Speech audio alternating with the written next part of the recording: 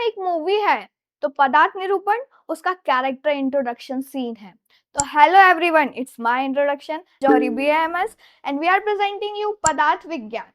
पदार्थ विज्ञान बहुत ही टफ टॉपिक होता है, बहुत ही इम्पॉर्टेंट टॉपिक होता है। इसलिए इन वीडियो से, इन लेक्चर से हम पदार्थ विज्ञान के सारे टॉपिक कवर करेंगे और मैं तुमको इसमें सिखाऊंगी यूनिवर्सिटी में ये आते कैसे हैं, यूनिवर्सिटी में लिखना कैसे है। वीडियोस को बीच बीच में एंगेजिंग बनाते रहेंगे और वीडियोस में तुमको नोट्स कहाँ मिलने वाले हैं, कैसे क्या नोट्स तुम्हें प्रोवाइड होंगे, ये भी मैं सब तुमको बताती जाऊंगी। तो शुरू करेंगे हम पदार्थ विज्ञान से। इसका पहला टॉपिक क्या है? पदार्थ निरूपण।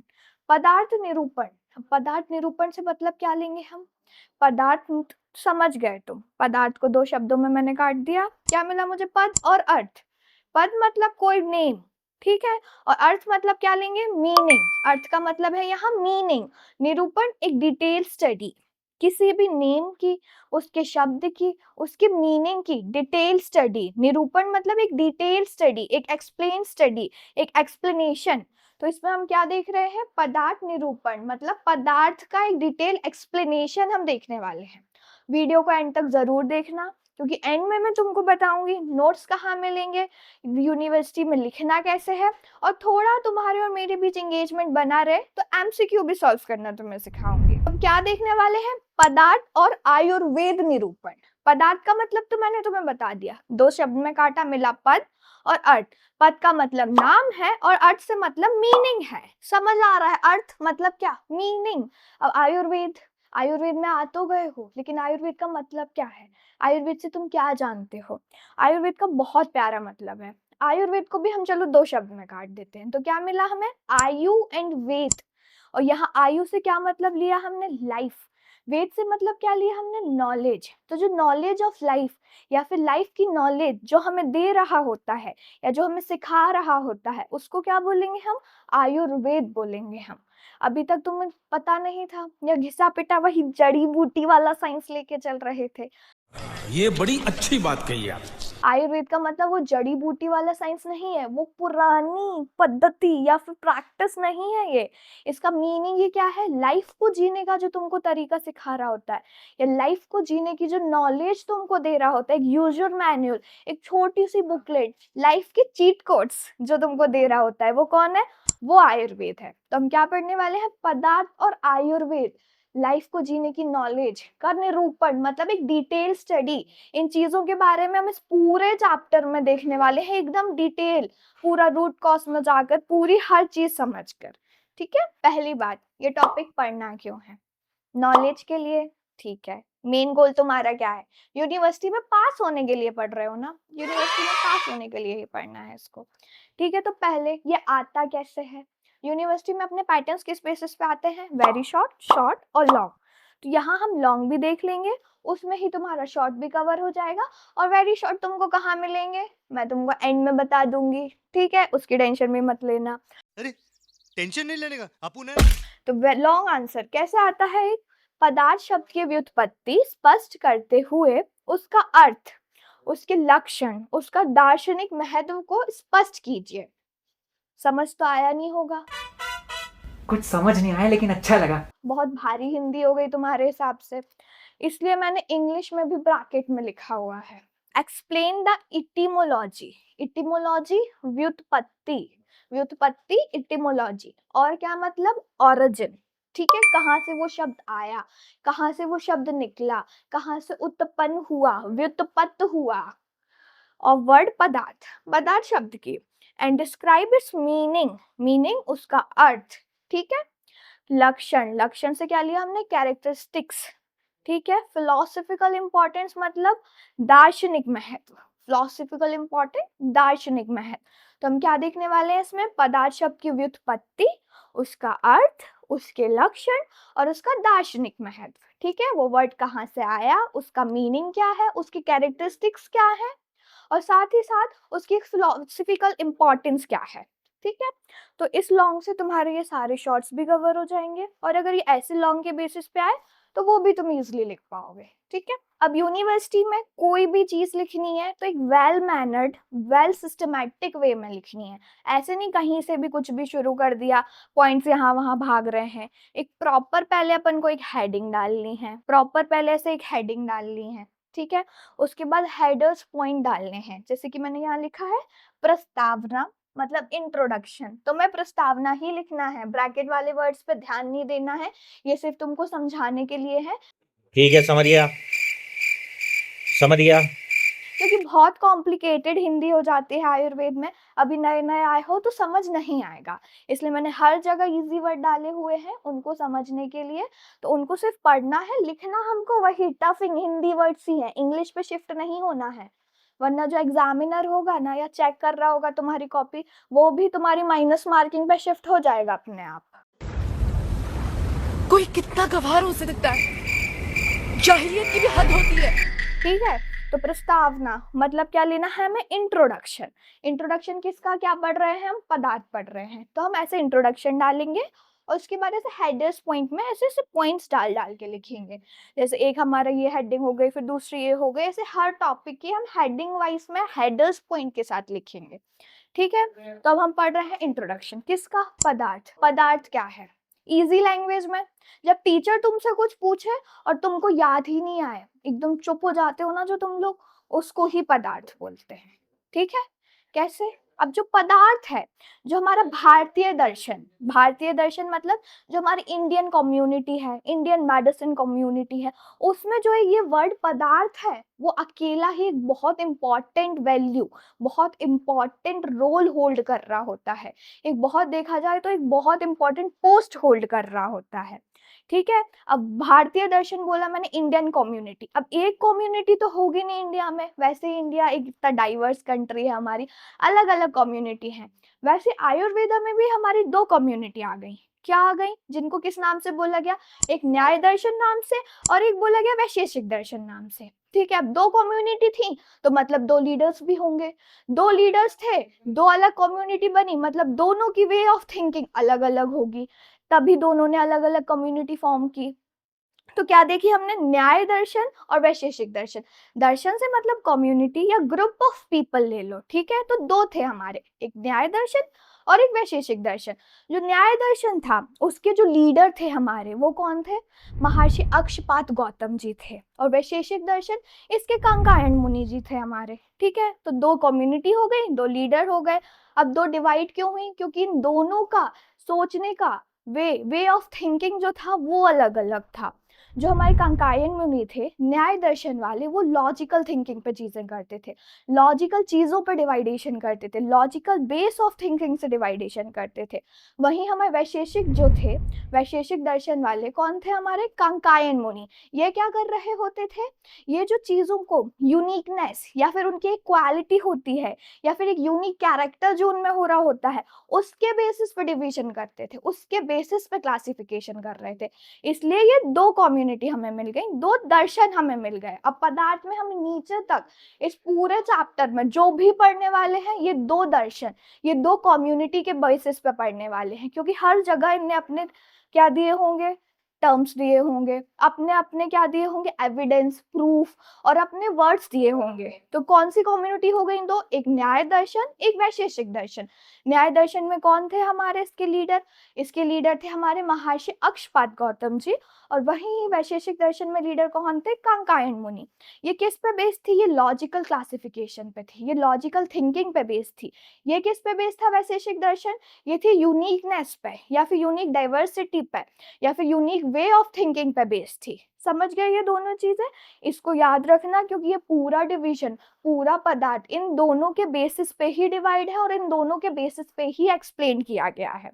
ठीक है, अब पदार्थ जो है इसको समझना क्यों इतना इंपॉर्टेंट है, पदार्थ हम क्यों पढ़ रहे हैं। शुरू तो आयुर्वेद निरूपण से करना चाहिए तुम बोल रहे होगे, लेकिन ऐसा नहीं है। आयुर्वेद निरूपण और आयुर्वेद सब्जेक्ट पढ़ने के लिए पदार्थ पहले पढ़ना बहुत इंपॉर्टेंट है, क्योंकि जब तक उसको नहीं समझोगे ना, तो ये जो पूरी आयुर्वेद है तुम्हारे समझ के बाहर जाने वाली है। इसलिए आयुर्वेद को समझने से पहले पदार्थ को समझना जरूरी है। इसलिए आयुर्वेद निरूपण के पहले हमने क्या टॉपिक लिया, पदार्थ निरूपण हमने टॉपिक टॉपिक लिया, ठीक है। तो लिखना कैसे है? उत्तर, प्रस्तावना मतलब इंट्रोडक्शन, ठीक है। भारतीय दर्शन में पदार्थ शब्द अत्यंत महत्वपूर्ण है। मैंने क्या बोला था? पदार्थ टर्म अकेला ही बहुत इंपॉर्टेंट पोस्ट होल्ड कर रहा होता है। किसमें? भारतीय दर्शन मतलब हमारी इंडियन कम्युनिटी में। विशेषकर न्याय और वैशेषिक दर्शन में संपूर्ण सृष्टि का तात्विक विश्लेषण मतलब फंडामेंटल एनालिसिस, थ्योरिटिकल एनालिसिस, मतलब इन्हें बेसिस पे एटम लेवल पे उनकी क्या की स्टडी की, थ्योरी स्टडी की, फंडामेंट स्टडी की है। किसने की है? इन दो लोगों ने, न्याय और वैशेषिक। मैं बता चुकी हूँ, दो दर्शन है, दो कम्युनिटीज हैं, दो लीडर्स अलग अलग है और दोनों का वे ऑफ थिंकिंग अलग अलग है और इन दोनों के बेसिस पे ही हर चीज डिवाइड की गई है। तात्विक विश्लेषण, फंडामेंटल स्टडीज का आधार पदार्थ ही है। तो इनकी फंडामेंटल स्टडीज, इसका बेस इनने किसको बोला? इसको पदार्थ को ही बोला। जगत की समस्त ज्ञेय वस्तुओं को पदार्थ की संख्या दी इनने। वर्ल्ड वाइड जितनी भी ज्ञेय मतलब नोन जिनको हम जानते हैं, जिनको देख सकते हैं, सारी नोन वस्तुओं को, सारे नोन ऑब्जेक्ट्स को इनने पदार्थ की संज्ञा दे दी। उसके बाद अतः पदार्थ की संकल्पना को समझे बिना दर्शन का अध्ययन अधूरा माना जाता है। मैंने क्या बोला था? पदार्थ को पढ़ना पहले बहुत इंपॉर्टेंट है। डायरेक्ट हम आयुर्वेद पे नहीं गए, हम पहले पदार्थ निरूपण पे आए, इसलिए पदार्थ को समझना बहुत इंपॉर्टेंट है। उससे ही तुम दर्शन का अध्ययन कर पाओगे। इंडियन कम्युनिटीज हैं जो हमारी डिफरेंट, उनका, और आयुर्वेद का अध्ययन, आयुर्वेद की स्टडी भी तुम तभी कर पाओगे। नेक्स्ट क्या है? पदार्थ शब्द की व्युत्पत्ति। तो आज हम पदार्थ शब्द की व्युत्पत्ति पढ़ेंगे। तुम घबराओ मत, ये वो पदार्थ नहीं है जो रात में तुमने मैगी में डाला था। व्युत्पत्ति से मतलब यहाँ क्या निकाल लेंगे हम? पदार्थ का ऑरिजिन कैसे हुआ, इटिमोलॉजी मतलब ऑरिजिन, पदार्थ जो वर्ड है वो आया कैसे। अब पदार्थ को सिंपली दो हिस्सों में काट दो, क्या मिला? पद और अर्थ। पद का मतलब क्या? नाम, किसी भी चीज का नाम, या फिर कोई भी, मतलब मैंने तुमको बुलाया, नाम से बुलाते हैं हम, चीजों को नाम से हम बोल रहे होते हैं। और अर्थ, अर्थ का मतलब तुमको समझ आ रहा है, मीनिंग है। अर्थ मतलब मीनिंग। तो इससे कैसे, समझ तो आया नहीं होगा। एग्जाम्पल लेते हैं पानी का। पानी मैं जैसे ही बोलती हूँ, मैंने सिर्फ नाम बोला, कुछ भी नहीं बताया तुमको, लेकिन तुम्हारे माइंड में ही पता चल गया पानी ट्रांसपेरेंट होगा, लिक्विड होगा, यूनिक क्वालिटी होल्ड कर रहा है, प्यास बुझाता है, तृप्ति कारक जिसको बोलते हैं, प्यास बुझाने को, हमारी थर्स्ट को क्वेंच करता है, तृप्ति कारक जिसको बोलेंगे आयुर्वेद में, वो होता है। तो मैंने सिर्फ क्या बोला? सिर्फ एक नाम तुमको दिया, ठीक है। उससे तुमको उसका मतलब खुद ब खुद समझ आ गया, वो चीज क्या है, उसका मतलब क्या है, वो ऑब्जेक्ट है, लिक्विड है, सॉलिड है, आइस है, XYZ जो भी है, सिर्फ नाम से तुमको पता चल गया। तो सिर्फ नाम से ही जब हमें उसका मतलब पता चल जाए या उसका मीनिंग पता चल जाए तो उसको क्या बोलेंगे हम? उसको हम पदार्थ बोलेंगे। सिर्फ नाम ही काफी था, मुझे कुछ और बताना नहीं पड़ा, सिर्फ पानी बोला, तुम्हारे माइंड में अपने आप आ गई चीजें कि पानी लिक्विड होगा। मैम ने बोला पानी है, लिक्विड होगा, क्वेंच करेगा थर्स्ट को, तृप्ति कारक आयुर्वेद में जिसको बोला गया है, ट्रांसपेरेंट होता है। कुछ भी नहीं बोला, मैंने सिर्फ पानी बोला था, उससे ही तुमको उसका मीनिंग पता चल गया, उसकी क्वालिटीज पता चल गई, उसकी यूनिक कैरेक्टर्स पता चल गए, लिक्विड है, सॉलिड है, आइस है, ये भी तुमको पता चल गया। सिर्फ किससे? एक वर्ड पानी से। पानी को क्या बोलेंगे हम? यहाँ पदार्थ बोलेंगे। सिर्फ नाम से ही उसका मीनिंग हमें पता चल गया। क्योंकि तो पदार्थ शब्द की व्युत्पत्ति, इटिमोलॉजी, इटिमोलॉजी का मतलब होता है ऑरिजिन, ऑरिजिन मतलब व्युत्पत्ति, ये वर्ड आया कहाँ से है। पदार्थ शब्द दो शब्दों से मिलकर बना है, किससे? पद और अर्थ। पद का मतलब क्या लिया हमने? शब्द या नाम, पानी, ठीक है, पानी को भी पदार्थ बोला ना हमने। फिर अर्थ से हमने क्या लिया? जिस वस्तु का बोध हो, जिसका मीनिंग या ऑब्जेक्ट अंडरस्टूड। सिर्फ पानी बोला, तुमको उसका मतलब पता चल गया, इसलिए पानी को हमने पदार्थ बोला। अब आयुर्वेद में आए हो, नए नए आए हो, हिंदी तो पढ़नी ही पड़ेगी, साथ ही साथ कुछ श्लोक्स भी पढ़ने पड़ेंगे, थोड़ी सी संस्कृत भी हमें बीच में डालनी पड़ेगी, थोड़ा सा ये मिक्स मैच करना पड़ेगा। हिंदी पढ़ाने वाला टीचर, हिंदी का टीचर ना तुम्हें ऐसे बताएगा जैसे वो सबको जानता है। ये दोहा अपने कालिदास जी ने लिखा था। बड़े अच्छे इंसान है, सिंगाड़े का हलवा बहुत पसंद था उनको। तभी यूनिवर्सिटी में मार्क्स मिलेंगे और तभी तुमको कैसे लिखना है ये समझ आएगा, और ये आगे पीजी के लिए भी बहुत हेल्पफुल होने वाले हैं श्लोक। तो इसलिए पदार्थ को क्या बोला गया? ये श्लोक लिखा हुआ है मैंने, उसमें पदार्थ को क्या बोला गया? पदेन अर्थ्यते इति पदार्थ।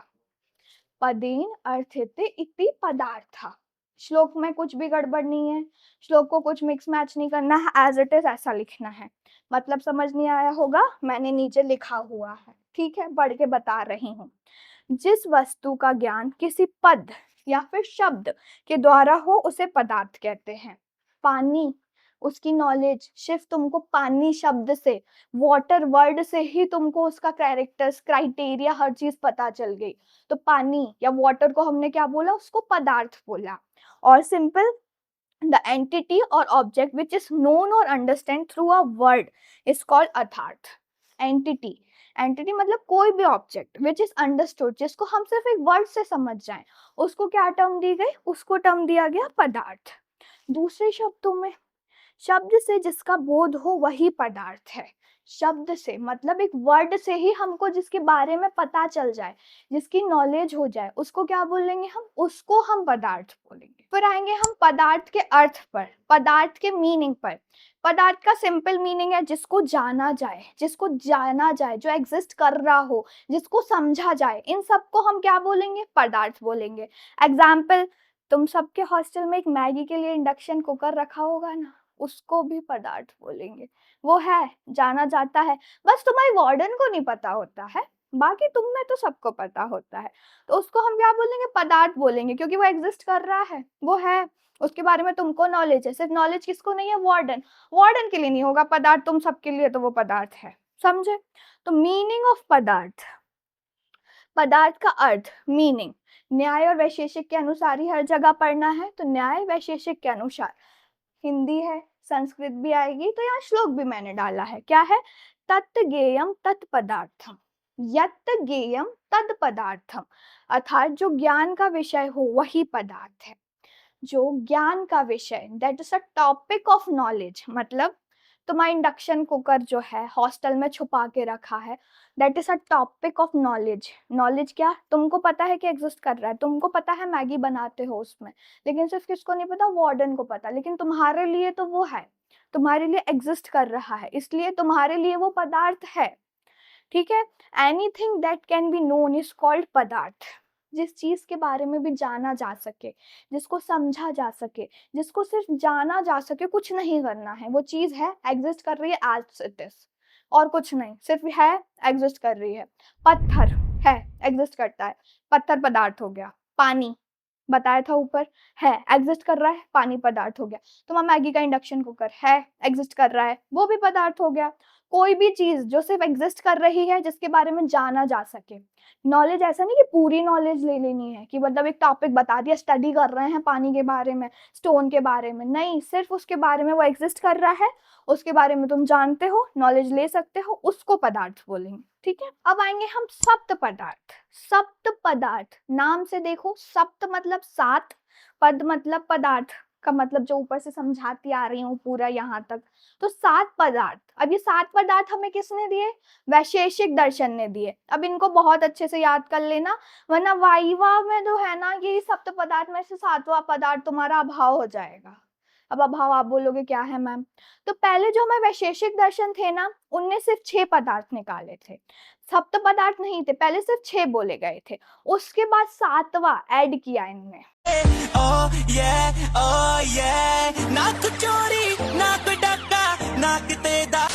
सातवां पदार्थ क्या ऐड किया, अभाव करके एक पदार्थ था जो उनने ऐड किया। तो ऐसे ये 7 हो गए, इसलिए इनको फिर सप्त पदार्थ बोला गया। ठीक है, तो सप्त पदार्थ कौन कौन से हो गए, पहला हो गया द्रव। द्रव से क्या लेंगे हम, सब्सटेंस लेंगे कोई भी। फिर गुण, गुण मतलब क्या, उसकी क्वालिटी लेंगे। ठीक है, कर्म, कर्म से हम मतलब लेंगे एक्शन। एक्शन, कोई भी एक्शन या फिर कोई भी कर्म वो जो कर रहा होता है, कोई भी काम वो कर रहा होता है। फिर लेंगे हम सामान, सामान मतलब एक जनरल क्वालिटी, एक जनरलनेस, एक जनरल क्वालिटी। ठीक है, फिर लेंगे हम विशेष, विशेष मतलब एक यूनिक क्वालिटी, एक यूनिकनेस जो वो होल्ड कर रहा होता है, यूनिक क्वालिटी जो उसमें हो रही होती है। फिर हम लेंगे उसके बाद उसमें समवाय, समवाय मतलब क्या, एक ऐसी क्वालिटी या फिर एक ऐसा गुण जो उसमें एकदम चिपका रहता है, उससे निकाल नहीं सकते। फिर लास्ट हमने क्या बोला था, अभाव। पहले ये 6 ही बताए गए थे, फिर अभाव आया जो गुण के ये पूरे जुड़ के 7 पदार्थ मतलब सप्त पदार्थ बने। पहले हमने क्या देखा, द्रव। द्रव मतलब सब्सटेंस लिया हमने। फिर देखा गुण मतलब क्वालिटी से लिया। कर्म मतलब हमने एक्शन से लिया। फिर सामान्य मतलब जनरलिटी, एक जनरल क्वालिटी मतलब एक जो ग्रुप ऑफ पीपल होल्ड कर रहे हैं। विशेष यूनिकनेस, समवाय मतलब इनहेरिटेंस मतलब एक ऐसा गुण जो उससे कभी अलग नहीं कर सकते। अभाव मतलब नॉन एक्सिस्टेंस। ये आया था हमारा +1 करके, ठीक है, ये एंड में ऐड हुआ था, पहले ये 6 ही थे, फिर उसके बाद ये ऐड हुआ तो हमारे सप्त पदार्थ बने। अब इसको कैसे समझेंगे हम, एक फ्लावर है, ठीक है, एक प्यारा सा फ्लावर है, ठीक है, फ्लावर उसको क्या बोलेंगे हम, द्रव्य बोलेंगे। एक सब्सटेंस है हमारे लिए, इससे वो पहला क्वालिटी, पदार्थ तो है ही फ्लावर, लेकिन पहली क्वालिटी सब्सटेंस को फुलफिल कर पाई। फिर उसमें क्या गुण है, खुशबू दे रहा है, फ्रेग्रेंस प्यारी है, कलर बहुत अच्छा है उसका, फ्रेग्रेंस बहुत सुंदर दे रहा है।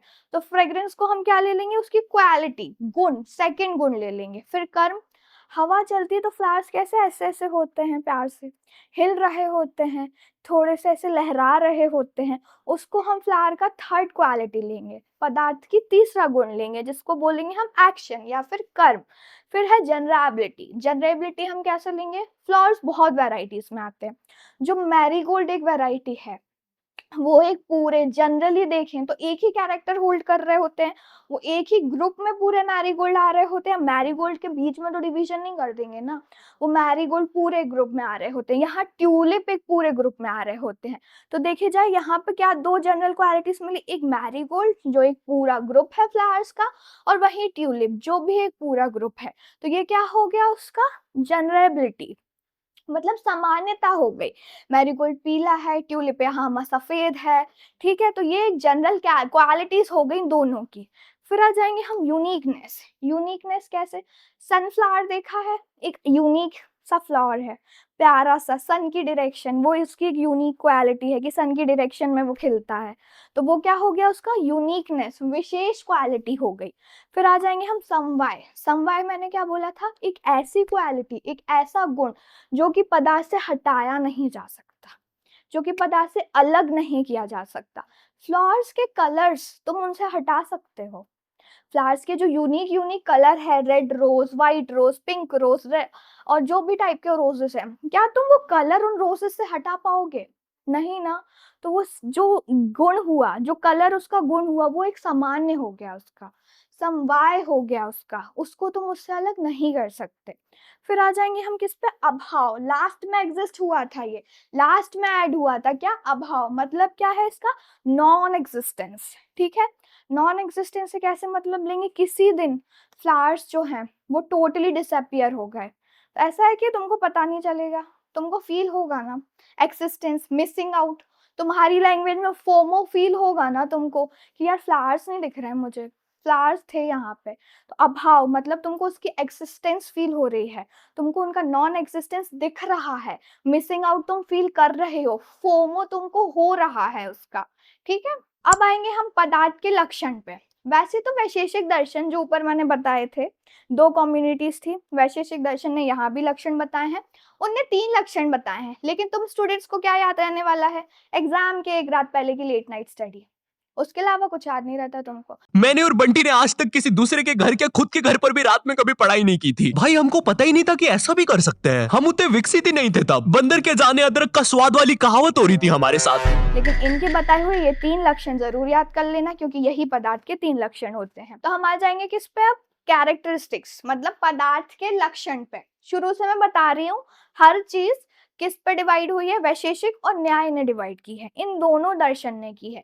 तो यहाँ भी वैशेषिक दर्शन ने 3 कैरेक्टर्स बताए हैं, 3 बारे में बताया है, पदार्थ के 3 लक्षण बताए हैं। लेकिन तुमको 3 लक्षण याद रहने नहीं वाले, तुमको याद रहेगी एग्जाम के एक रात पहले की नाइट स्टडी तुम्हारी, वही तो इम्पोर्टेंट होती है तुम्हारे लिए। लेकिन उसको अब मैं इजी बना देती हूँ, ये लेक्चर्स देके ये पढ़ लेना, पास हो जाओगे, कोई दिक्कत नहीं आएगी, ठीक है। तो वैशेषिक दर्शन ने बताए हैं 3 कैरेक्टर, 3 लक्षण।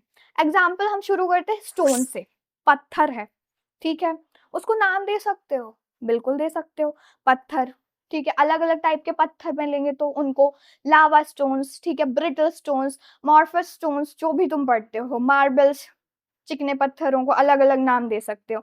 तो तुमने क्या देखा, फर्स्ट तुमने इसको नाम दे पाए, तुम उसको क्या, नेमेबिलिटी, नाम दे पाए उसको। नेमेबिलिटी ये एक क्वालिटी हो गई, ये एक लक्षण हो गया उसका।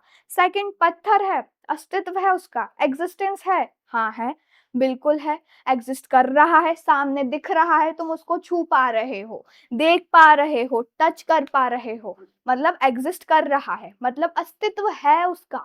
ये क्या हो गया, सेकंड क्वालिटी, सेकंड लक्षण हो गया पदार्थ का।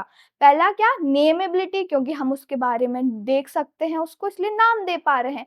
सेकंड, एक्सिस्टेंस है उसका, देख रहे हैं, छू पा रहे हैं, एग्जिस्ट कर रहा है। फिर थर्ड क्या ले लेंगे हम उसकी, इसके बारे में नॉलेज निकाल सकते हो, बिल्कुल, स्टडी होती है पत्थरों की, लावा स्टोन्स के बारे में, ब्रिटल स्टोन्स के बारे में, अलग अलग मार्बल स्टोन्स के बारे में। मार्बल इन्फिनिटी वाले मार्बल से नहीं लेना है यहाँ, अरे कहाँ गए? नॉर्मल सीधा साधा पत्थर, इन्फिनिटी स्टोन्स पर मत चले जाना, उनके बारे में कोई स्टडी नहीं करनी है यहाँ, ठीक है। तो तीनों चीजें कर पा रहे हैं हम पत्थर, क्या क्या कर पा रहे हैं, उसको नेम दे पा रहे हैं, उसका एग्जिस्टेंस हम देख पा रहे हैं, और तीसरा, उसको एक टॉपिक बना के उसकी स्टडी हम कर पा रहे हैं, उससे हम नॉलेज निकाल पा रहे हैं। तो ये तीनों क्या हो गए, ये तीनों हमारे कैरेक्टर्स हो गए, किसके, पदार्थ के कैरेक्टर्स हो गए। तो हम क्या बोलेंगे, इसको अस्तित्व बोलेंगे, किसको, एक्सिस्टेंस को अस्तित्व बोलेंगे। अभिधेयत्व बोलेंगे, किसको, नेम दे पा रहे हैं ना उस लक्षण को, उस कैरेक्टर को हम अभिधेयत्व बोलेंगे। नॉलेज निकाल पा रहे हैं हम उससे, नोएबिलिटी जो कैरेक्टर है उसको हम क्या बोलेंगे, उसको गेयत्व बोल रहे हैं। तो क्या हो गए तीन कैरेक्टर्स या फिर तीन लक्षण, क्या हो गए इसके, पहला हो गया हमारा अस्तित्व, सेकंड अभिधेयत्व, और फिर हो गया उसका गेयत्व। तो थ्री कैरेक्टर्स मतलब पदार्थ के लक्षण या कैरेक्टरिस्टिक्स ऑफ पदार्थ। वैशेषिक दर्शन के अनुसार पदार्थ के तीन मुख्य लक्षण बोले हैं। पदार्थ के सप्त पदार्थ थे, लेकिन लक्षण क्या है, पदार्थ के तीन कैरेक्टर्स है, कैरेक्टर्स अलग है, सप्त पदार्थ वो सात अलग है, लक्षण तीन ही है। कंफ्यूज मत हो जाना कि सात की जगह तीन लिख के आ रहे हो। पहला अस्तित्व मतलब एक्सिस्टेंस, ठीक है, जो एग्जिस्ट कर रहा हो, जिसका वास्तविक अस्तित्व हो, जिसको हम देख पा रहे हैं, जिसको हम छू पा रहे हैं। सेकंड अभिधेयत मतलब नेमेबिलिटी, नाम दे पा रही थी मैं पत्थर को, जिसका नाम से व्यक्त किया जा सके। फिर थर्ड है हमारा गेयत, नोएबिलिटी मतलब उसके बारे में मैं नॉलेज, मतलब उसको एक टॉपिक बना के उसकी स्टडी कर सकती हूँ, मतलब जो ज्ञान का विषय बन सके। पत्थर था, ये तीनों क्राइटेरिया फुलफिल कर रहा है। पदार्थ तो वो है ही, उसके बाद हमने देखा ये तीनों कैरेक्टर्स, एक्सिस्टेंस अस्तित्व, नेएबिलिटी अभिधेयत्व, गेयत मतलब नोएबिलिटी, ये तीनों कैरेक्टर वो फुलफिल कर रहा है।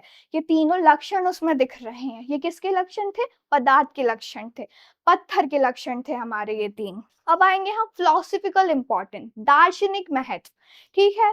पदार्थ का मेन गोल क्या है, मोक्ष की प्राप्ति, स्वर्ग की प्राप्ति। आयुर्वेद हो, ऐसी स्पिरिचुअल बातें होती रहेंगी, इसमें कोई शौक नहीं होना है, आयुर्वेद में ये कंसेप्ट भी है। इसलिए आयुर्वेद में पदार्थ का मेन गोल क्या बोला गया है, मोक्ष की प्राप्ति। और तुम स्टूडेंट्स का मेन गोल क्या है, पास होना। तुम्हारी प्राप्ति क्या है, मोक्ष की प्राप्ति के लिए नहीं पढ़ रहे हो तुम पढ़ रहे हो यू बेसिकली पास होने के लिए। तो उसमें हेल्प कौन कर रहा है, मैं कर रही हूँ तुम्हारी। ये पूरे पीडीएफ तुमको समझा के तुमको एंड में दूंगी भी यूनिवर्सिटी के हिसाब से, ठीक है। तो क्या है, पदार्थ की मेन गोल क्या है, मोक्ष की प्राप्ति, उसको पदार्थ का मेन गोल बोला है। अब देखेंगे हम क्या, फिलोसफिकल इंपॉर्टेंस पदार्थ की जो है, दार्शनिक महत्व क्या है। तो देखो पूरा इंटायर यूनिवर्स, इसमें जो भी डिवाइडेशन, जो भी अलग अलग हमने फॉलो किया, जो भी मतलब कोई चीज को वहां उठा के रख दिया, किसी चीज को वहां रख दिया, अलग अलग ग्रुप जैसे हमने डिवाइड किए, किसके बेसिस पे कर पाए हम ये ग्रुप, पदार्थ। हर चीज का डिवीजन, हर चीज को तोड़ा किस बेसिस पे गया, पदार्थ के बेसिस पे गया। सबको अलग अलग कहाँ रखा गया, पदार्थ के बेसिस पे रखा गया। फिर एविडेंसेस प्रूफ, एविडेंशियल प्रूफ, इनकी नॉलेज, इसमें किसने हेल्प किया, इसने भी हमें पदार्थ ने हेल्प किया। तर्कशास्त्र मतलब तर्कशास्त्र, एविडेंसेस में किसने हेल्प किया, पदार्थ ने हेल्प किया।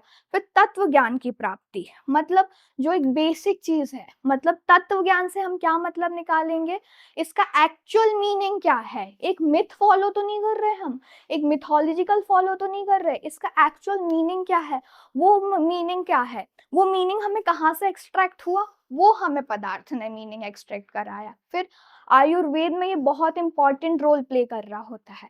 आयुर्वेद में इंपॉर्टेंट रोल कैसे प्ले कर रहा हो, स्टार्टिंग में मैंने बताया था पदार्थ को समझना क्यों जरूरी है, उसके बाद ही हम दर्शन और बाकी का आयुर्वेद समझ पाएंगे।